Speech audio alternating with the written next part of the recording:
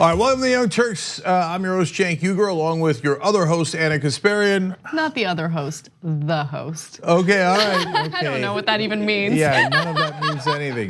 None of it means a damn thing. All right, Wild and Woolly Show, as always, we have a lot of corruption stories for you guys today. And then I'm gonna go fight corruption tomorrow by trying to get money out of politics. Come join me in the state of Washington. By the way, so far, 240 people have RSVP'd. What? Now that doesn't mean that everybody's gonna show up, but if we bring 200 people to this state senate in Washington, that's going to be bananas. So come join us, and if we pass, that you did that, you made that happen, and it'll be amazing, okay? So Washington at wolf-pack.com, Washington at wolf-pack.com to figure out how to do that. We're doing it tomorrow in Olympia, Washington. Okay, so later in the program, not only the corruption though, but we're also gonna give you a little bit of hope. Are we? I kind of think we are actually. And you might be surprised at the story that I think is very hopeful. In fact, she appears surprised already. Okay. He's on one this week, you know. Okay. Okay. Okay, so that's later in the program. In the third hour of the show, we're gonna talk to an expert on impeachment who says that the national emergency, Trump declaring a needless national emergency, is absolutely grounds for impeachment.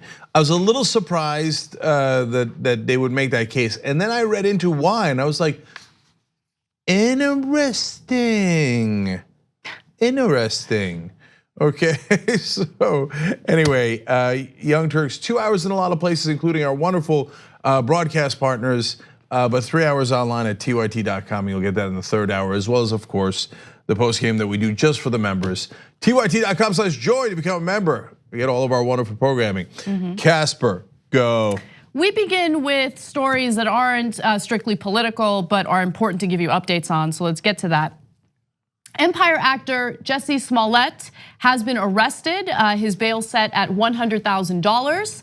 And this follows news that he actually staged the entire attack where he had alleged that two individuals who were Trump supporters had attacked him viciously. Now, according to the New York Times and their reporting, Smollett was upset by his salary and seeking publicity. He staged a fake assault on himself a week after writing himself a threatening letter.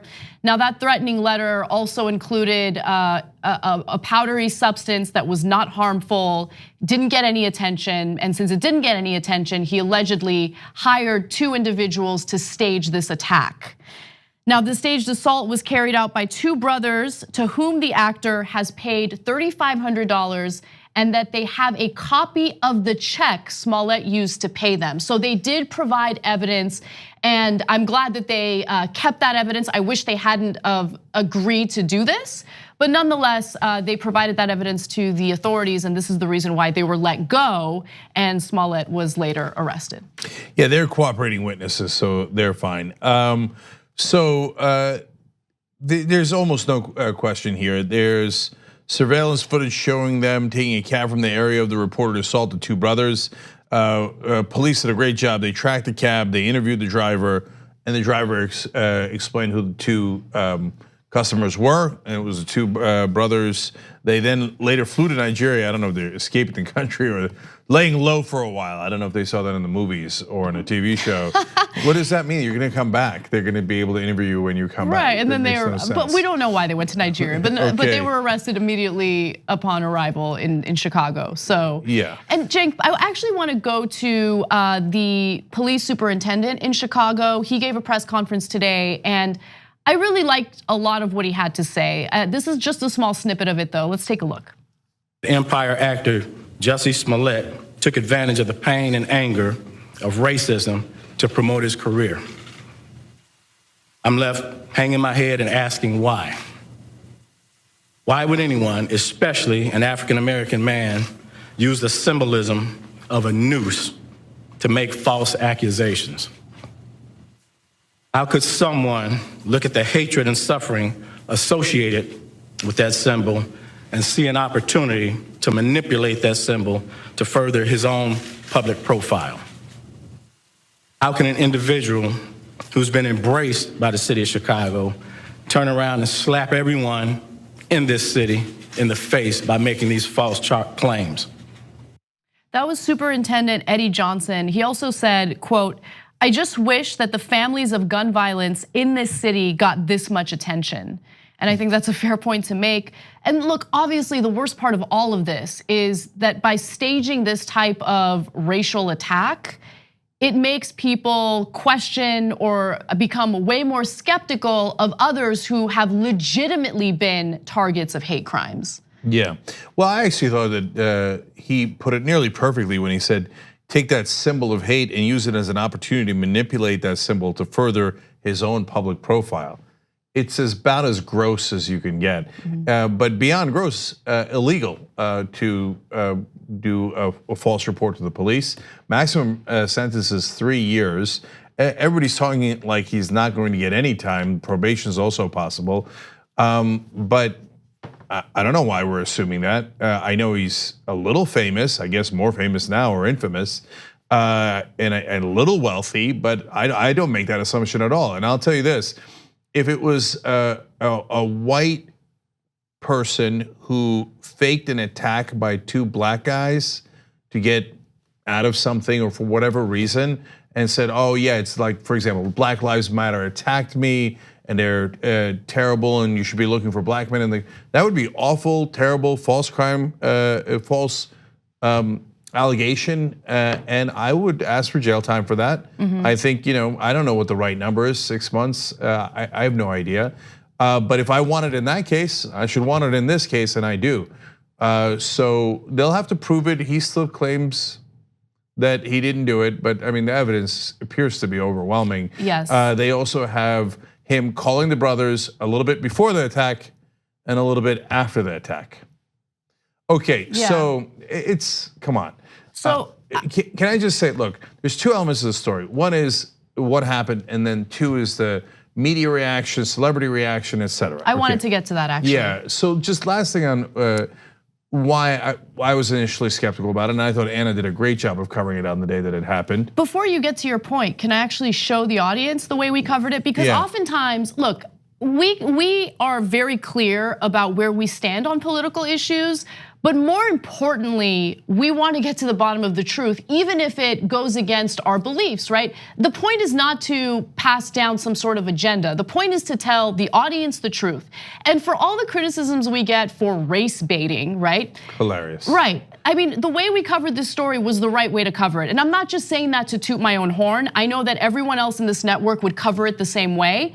We're not looking to push for a nonsense, racial agenda. Again, we want to get to the truth. And this is how we covered it when the story first broke. And there was a tremendous amount of pressure to cover the story in the first place, even though we didn't have all the information yet. Take a look. An actor from the show Empire was allegedly beaten. Well, he was definitely beaten, but the story, we're trying to get down to the details of it. We'll give you what we have so far. It seems like it was a racially and sexual orientation motivated beating. I just want to really emphasize that we don't know who the attackers are. We don't know whether or not those things were actually said or yelled out. There are some sources saying that. But as we know, whether these people are witnesses, I have no idea. We don't know who they are. And I'm always super hesitant to say like, yes, this was racially charged, or yes, it was this or that. We don't know. We don't know at this moment. So that's, I think, the exact right way to cover it. And earlier in the week, I talked about it on air for the first time when in expressing skepticism when it was warranted. At that point, we had new evidence showing that it likely was staged. And then last night, when police finally arrested him, Ben and I talked about it at length on Old School, another program that we have. And look, why were we initially skeptical? I know why the right wing was initially skeptical. They're skeptical of every attack on a minority in this country.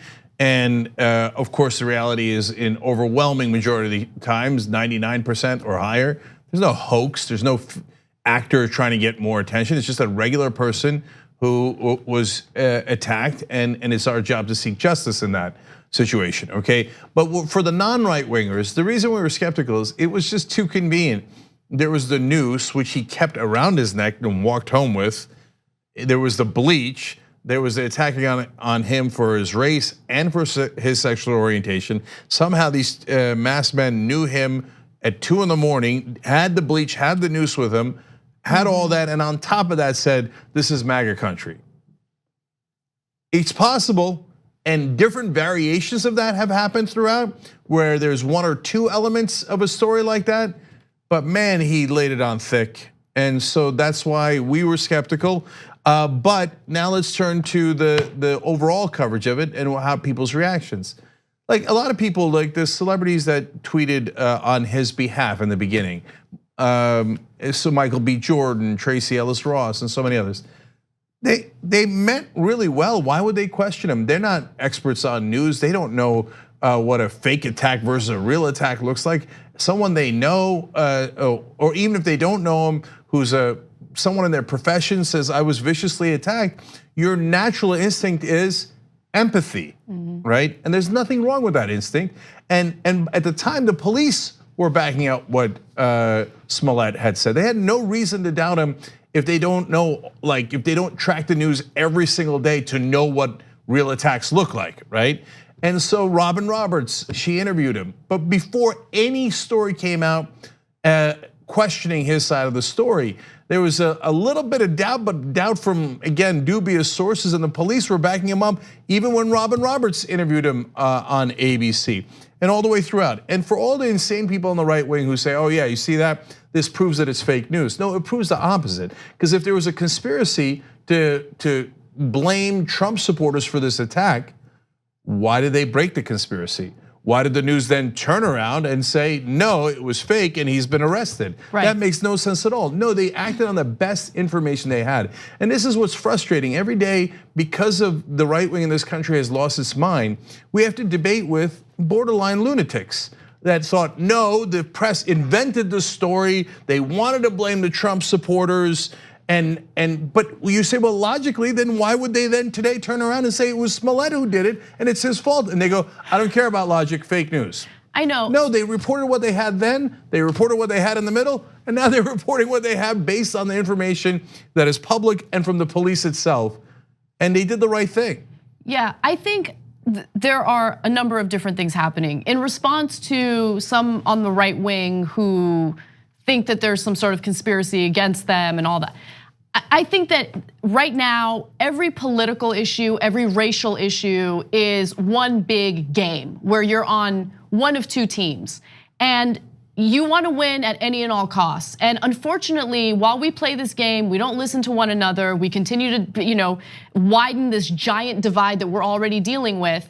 And I don't know what the solution is because it feels like things keep getting worse, but we need to figure out a way to just calm down for a second and stop seeing things as my side versus their side. We need to get to the truth and we need to look out for one another as Americans. Like we're so far removed from that. I don't know if we ever had that as a country. I know growing up when I was much more idealistic, I really did feel like we looked out for one another, but we don't do that anymore at all.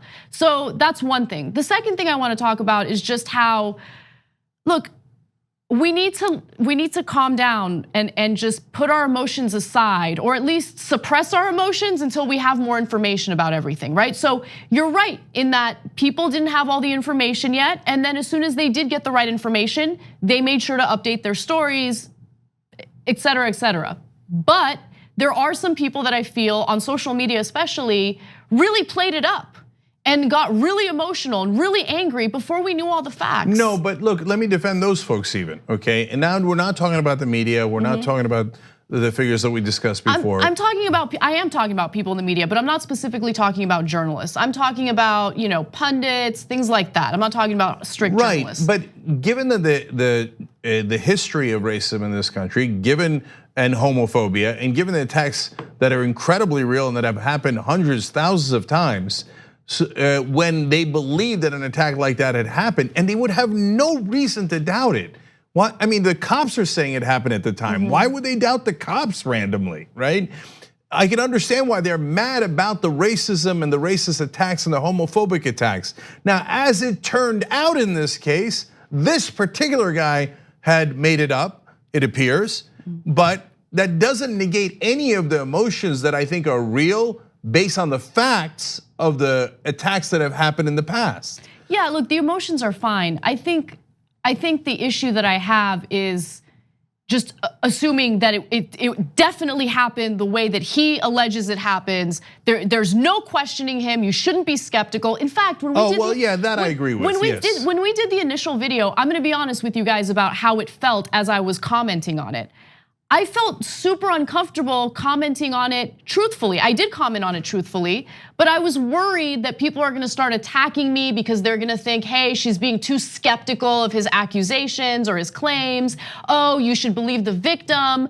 But I felt like that's an irresponsible thing to do. As someone who has a platform, it's my responsibility to let everyone know, hey, we don't know all the facts yet. We need to wait, and then we can give you, real commentary on this. But it's uncomfortable because people think, oh no, she's denying that the victim is saying, or that the victim really went through this. And the same thing happens with people who come forward with sexual assault allegations. Look, I think that you should take every sexual assault allegation seriously, but I do not agree that you believe that person right away at any and all costs, no matter what, right? And you go back to our Kavanaugh coverage, and you see when we began to believe Christine Blasey Ford, when we questioned the third person that came forward, and the context and the facts that we looked at to arrive at those conclusions, rather than making knee-jerk decisions. So I know what the knee-jerk thing on the right wing is. Oh yeah, they never listened to any of the facts. They always believed the woman, and they never believed the guys. That's just not true. You can look at all the videos that we've covered on all those different issues. Aziz Ansari is another example, but Anna's right. There are people on the left that say, no, if the woman in the Aziz Ansari case says this happened, that's a 100%, and you are not allowed to question it. Sorry, we are allowed to question it. That's part of our jobs. And by the way, this also applies to the establishment. So we talked about the right wing and the left wing, but the establishment will tell you when Mark Sanford, I don't know if you guys remember this story, he was the governor of South Carolina, went missing. And it was such a weird story. And then he put out a statement that he was on the Appalachian Trail. And I came out on the show and I said, he is not. There's no way a governor goes missing because he decided to go camping on the Appalachian Trail for a couple of days. That's not a thing that happens. No, he's doing something that he doesn't want people to find out about. And at the time, people were like, how dare you? This is a governor. You're accusing a governor of not telling the truth? Goddamn right I am, okay? Because guess what? It turned out, of course he wasn't on the Appalachian Trail. He was having sex with his mistress down in Argentina, okay? And yes, we question governors and politicians. They're the first people you should question. So each category, whether it's right wing, left wing, or the establishment, has their own sacred cows. But when you're covering the news, you can't have sacred cows. You have to actually look at the facts. Right. Look, I don't want this to come across as us, gloating over the fact that I think that we covered it right all throughout, okay? I just wanna say for the next time that it happens, just put aside for a second where you're from. That doesn't, politically and ideologically, but that doesn't mean, in this case, coming back to Smollett, because he made it up that the rest of all of the attacks that have happened in this country against black people and gay people aren't true. If you think that, then you don't care about the facts at all. I mean, don't pretend that you do. A self-proclaimed white nationalist just got arrested because he was gonna terrorize, and he had stockpiled weapons and drugs and everything. He was gonna terrorize left-wing politicians, including Blumenthal, who he referred to as Blumenjew. He was gonna murder those people. He was gonna murder people. And this Smollett story has gotten about 1,000 times more coverage than the FBI arresting what they called a domestic terrorist who was going to murder politicians and journalists that he considered to be against Trump. Now, is there an even playing field here in how we cover the stories? No. In fact, the media, I think, goes too much out of their way to appease the right wing and say, well, on the one hand, we have thousands of racist and bigoted and homophobic attacks. On the other hand, we're gonna cover even more so one case of a guy who made it up. And then it appears, even if they're not trying to do that, and I don't think they're attempting to do it, but to the average viewer of the news, it looks like it's even. Maybe it's not even because the one case that was fake got so much more coverage than all the other cases that are true. And there's something deeply wrong with that. So I wish the news also would give better context in that case. But I'm gonna come all the way back around to Smollett himself. He's done such tremendous damage. He allowed those now right-wingers to go around and smear all other legitimate people who have been attacked, who have suffered, whether it was physical or not. And in his case, by the way, the brothers did punch him because he told them to, right? And he scratched his own face, it appears. That's why it did appear actually beaten as the police originally reported, right? And for his own fame and glory, I guess, well, mission accomplished. You're now famous, Smollett, okay? He threw other African Americans and other gay Americans under the bus. And I can't begin to describe to you how inexcusable that is. Let's take a break. When we come back, we will have a pretty hilarious interview with Secretary of State Mike Pompeo. And also, an 11-year-old went to a juvenile detention center for refusing to stand for the Pledge of Allegiance. That story's got me livid. All right, let's come back. We hope you're enjoying this free clip from the Young Turks. If you want to get the whole show and more exclusive content while supporting independent media, become a member at tyt.com/join today. In the meantime, enjoy this free segment.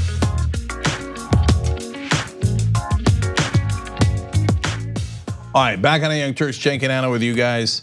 Fun, great news. People are still giving the Amplify program, and I want to give a shout out to them, and you can as well. So Ido Rousseau and Chris Gamble gave a generous donation at tyt.com/media. So thank you for doing that, and now we'll be able to get membership for more people in the media. And so we're gonna keep on going down that list, so we don't talk about it on the show because we don't want to take up too much show time doing it. But I love that you guys are still participating in that. And by the way, the other day, Jake Tapper had a segment that was very, very similar to ours. And we know that people on his staff have redeemed Young Turks membership. What? Yes, I mean, it was not all, it was every video and every order. But I'm not saying that to hate on them. I love that they did that. There's nothing wrong with that. That's great, Yeah. that's great. Yeah, and so look, so that Amplified in a lot of ways totally worked. Wow. So you guys are amazing. Again, Ido and Chris in this case, thank you, and tyt.com/media to make that happen. So I just wanted to show you the graphic to let you know what we're doing tomorrow, or what I'm doing tomorrow for Wolfpack in the state of Washington. We're going at 1 o'clock, but we're meeting up a little bit earlier than that at the Senate, State Senate. So make sure you get the email Washington@wolf-pack.com so we can meet up there. And there's a former Just Democratic candidate that's also gonna come, Sarah Smith, etc. Okay, and then today we have a members only section of this program. So if you wanna watch the whole show, just one segment, but if you wanna watch the whole show, please become a member, and you could do it for free as a trial at tyt.com/trial. So please check that out. And lastly, I wanted to point out that we are going to cover the Bernie Sanders town hall on Monday. So we're going to have play-by-play coverage and then analysis afterwards. So the coverage is available to everyone. So right here at tyt.com/live, make sure that you're watching along with us on CNN. Will be a second screen for you guys to analyze it. Okay. Can I just jump in on that? Yes. It's unfortunate that the town hall is on CNN, but what Bernie Sanders has to say and the questions that he's going to be asked are important. So I warrant this. This is okay. Oh, okay. Yeah, Well, is she not merciful? But CNN is no longer used as a news source for any of our reporting. Okay. All right. Anna's still on that. I am on it until there are significant changes, including Zucker hopefully at some point getting fired. All right, she's very clear on that. Now we go to a couple of quick comments, all from our member section. Sergeant Gopher writes in, we should want jail time, especially in a case like this. Discrediting instances of real racism and giving ammunition to the ignorant for your personal promotion is unforgivable, not to mention the waste of public resources. Robert Strickland says, when he refused to let the police check his phone, that was a red flag for me.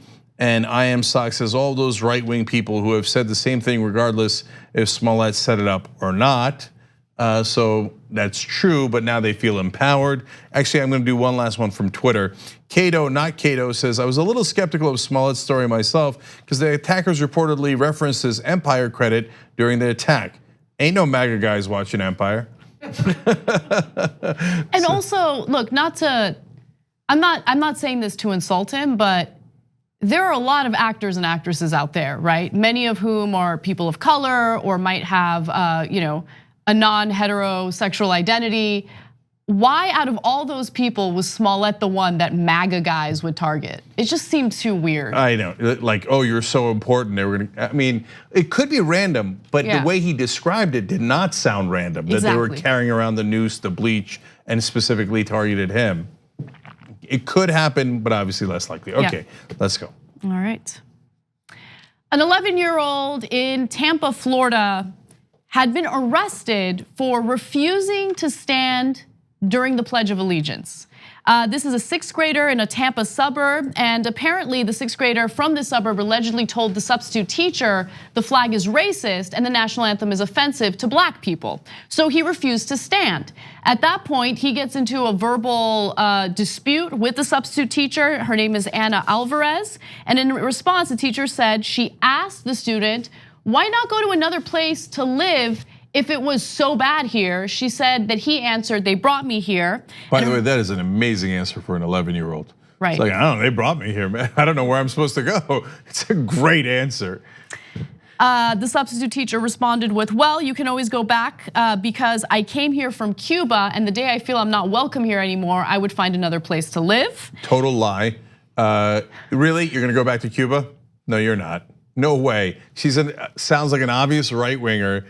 I'm sure despises the government of Cuba. The idea that she'd go back to Cuba is laughable. Well, to be fair, she says I'd find another place to live. She didn't specifically say Cuba. Where are you gonna go? Canada? No, okay. I know. Look, more left wing. Look, first, before we go further with this story, let me be clear about something. The Supreme Court has ruled on whether or not students can be punished in any way for refusing to stand for the Pledge of Allegiance. I'm sure you would all be shocked to find that it's wrong and it's considered unconstitutional for teachers or administrators or staff to punish a student for refusing to stand, because this is protected speech. I mean, this is the most obvious thing in the world.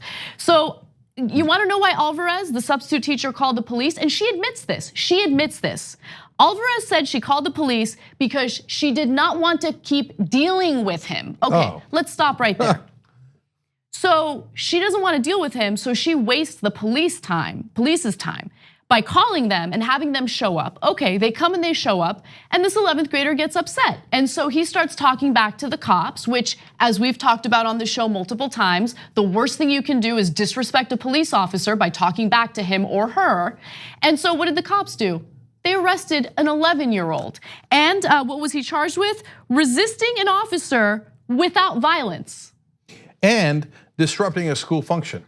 But wait a minute, if it's okay to not stand for the flag and the teacher goes ballistic over it, not the kid didn't do anything, he's always not stood for the flag, right? A substitute teacher comes in, causes a ruckus, and they go, okay, no, technically we're not arresting you for not standing for the flag.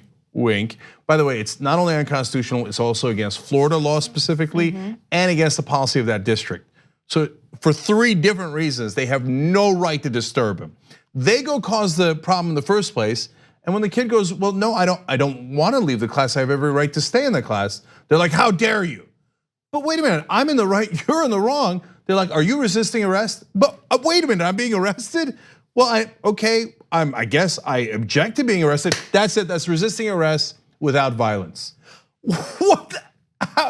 Well, what are you supposed to do when somebody is a teacher verbally accosts you in a way that is completely wrong against policy, against law, and against the Constitution? And when the police come and try to arrest you for no reason at all, are you supposed to be happy about it? Are you supposed to be like, oh, thank you so much for doing a false arrest. I really appreciate it.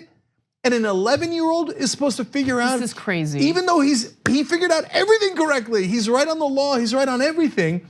But they're like, but remember, you're supposed to also know that even though it's not on any textbook, it's not in any law book, that cops are never to be disagreed with, otherwise they'll ruin your life. Because now, I mean, this is insane. They better expunge this arrest, and go way beyond that. They should compensate him, etc. His constitutional rights have been violated. Conservatives, you should be with us on this. You claim to love the Constitution. This is a clear violation of the Constitution. Where are the pretend First Amendment activists on the right? Yes. Yeah, where are they? Okay, freedom of speech. When it's somebody saying racist stuff, you're like, oh, freedom of speech. I need freedom of speech to hate people. Now, when this is an actual adjudicated freedom of speech issue, where are you at? Where are you at? I don't see you, right? And then you got the Constitution overall and the Supreme Court interpretation. And then you've got, by the way, jackbooted thugs from the big government coming and interfering with your personal life and your personal rights. I mean, the conservatives should be all over supporting this young black kid. Yeah, right. I haven't seen him yet. Haven't seen a single conservative supporting him, let alone being outraged by the case. Of course not. And stop criminalizing our kids. Look, I was a rebellious kid, so I did 1,000 things wrong when I was a kid. And I mean, let alone the fights. For now, I'd be in maximum security solitary confinement for the fights that I got into when I was a kid. But on this issue, I think there was some point where I probably didn't stand for the pledge for God knows why. Because I was a rebellious kid and I probably found an excuse, and that was based on principle or whatever, right? Imagine if they had arrested me and that's it. And they're like, that's on your record for the rest of your life. Do you think I could have gotten into a good school? Probably not, right? So there goes that. I have no doubt that if you were a kid in school in this era, you would get arrested at some point, for sure. Especially a Muslim kid, because when you were young, you were still practicing Muslim, right? I mean, we never practiced anything, but yes, technically I was Muslim, yes. Yeah, I mean, you didn't eat like pork for yeah, for a while, that's right, I didn't eat pork. Or drink, so like just imagine. I know, but I was a kid.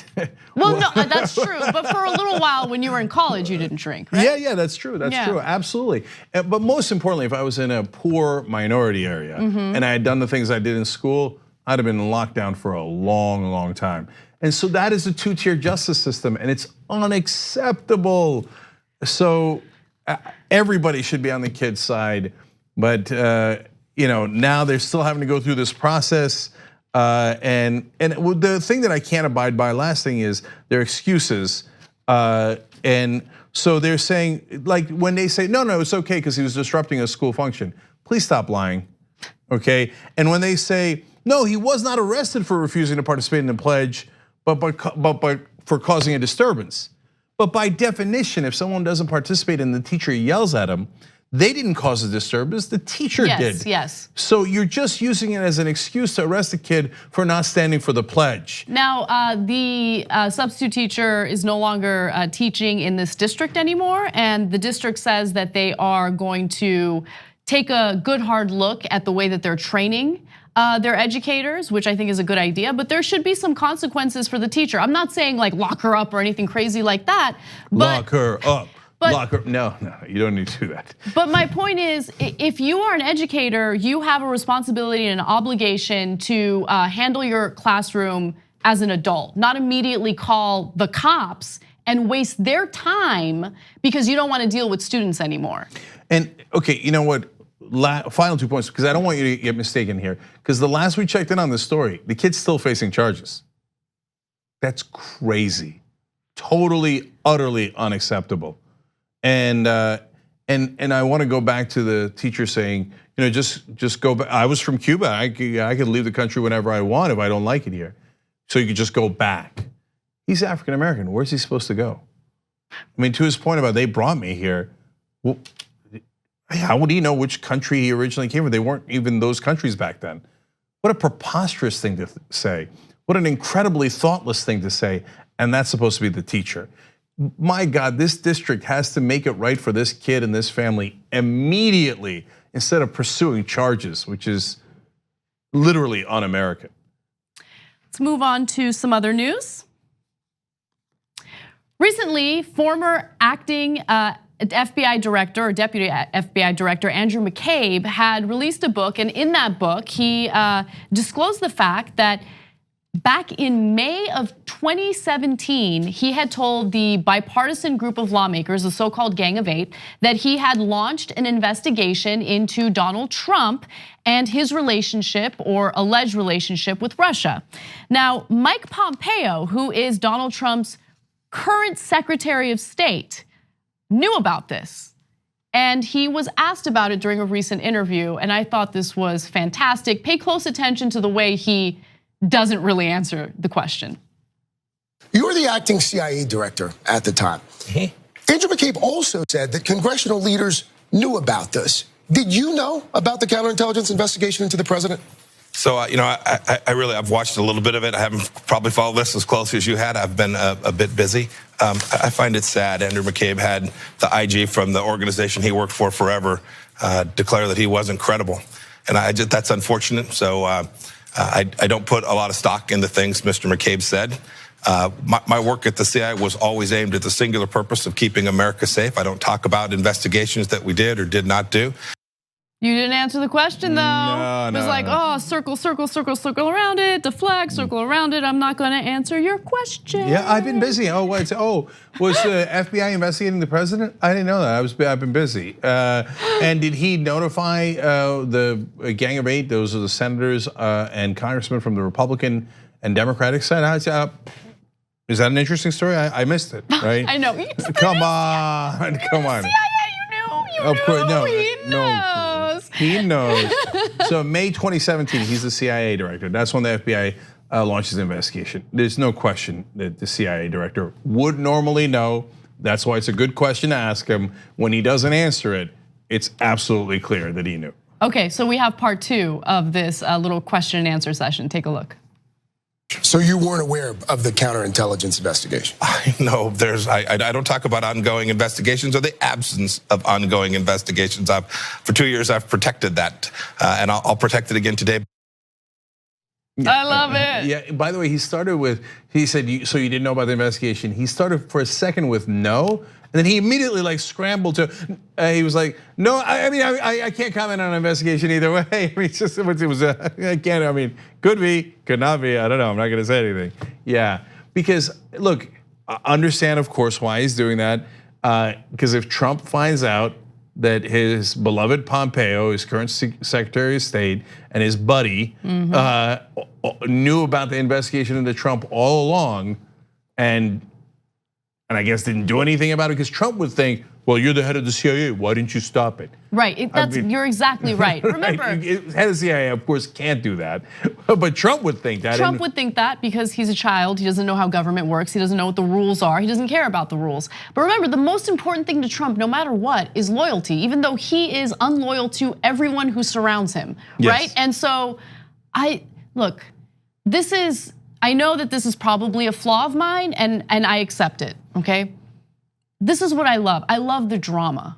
I enjoy watching the soap opera-like dynamics of Trump administration officials. I actually enjoy it, because here's the thing. Mike Pompeo, you are not Smeagol. You are, what's the bad guy's name? Gollum. He's Gollum, right? He wants that power, precious power. Why did anybody make her watch Lord of the Rings? I know, right? Now I'm obsessed with it. I'm obsessed with it. I'm a little late, but still. No, he's so obsessed with the power, and so he's got to do all this mental gymnastics and play all these games and try to pretend like he's loyal to Trump, all for that power. Why? What a miserable existence. Yeah. Well, if Pompeo said the truth, yeah, I was acting CIA director. Of course I knew the FBI was investigating Donald Trump's connection to a foreign government. That's where the CIA would be relevant, right? And no, I didn't tell him all the details because I'm not supposed to. The CIA director is not supposed to tell the president the details of what the FBI told us about the investigation of him. That would be crazy. And he would be right about that. And he would be fired immediately. Trump, and remember the story we did about Dan Coates the other day. So he's the director of national intelligence, Dan Coates is. And Trump is thinking of firing him because he wasn't loyal enough. He didn't lie for him in public congressional hearings, which would be illegal to do, right? He should have said that North Korea stopped all their missile programs, but they haven't. That Iran is in violation of treaties, but they're not, okay? So he's so mad that Dan Coates did not commit a crime in front of Congress, that he's thinking of firing him. And they say when Coates gives the intelligence briefings in the morning, most important thing for the president, that he doesn't like to talk to Coates, he likes to talk to Pompeo. So now if he found out his buddy Pompeo, that he's been like, can you believe Coates over here? He won't even lie for me. That guy's not loyal. I don't like his disloyalty. And if he turned out Pompeo knew about the investigation all along, he'd be like, oh, okay, as the Trump turns. Oh, these are the days of our lives. And eventually they might all wind up at General Hospital. Too good, too good. All right, we gotta take a break. When we come back, America's power couple of corruption.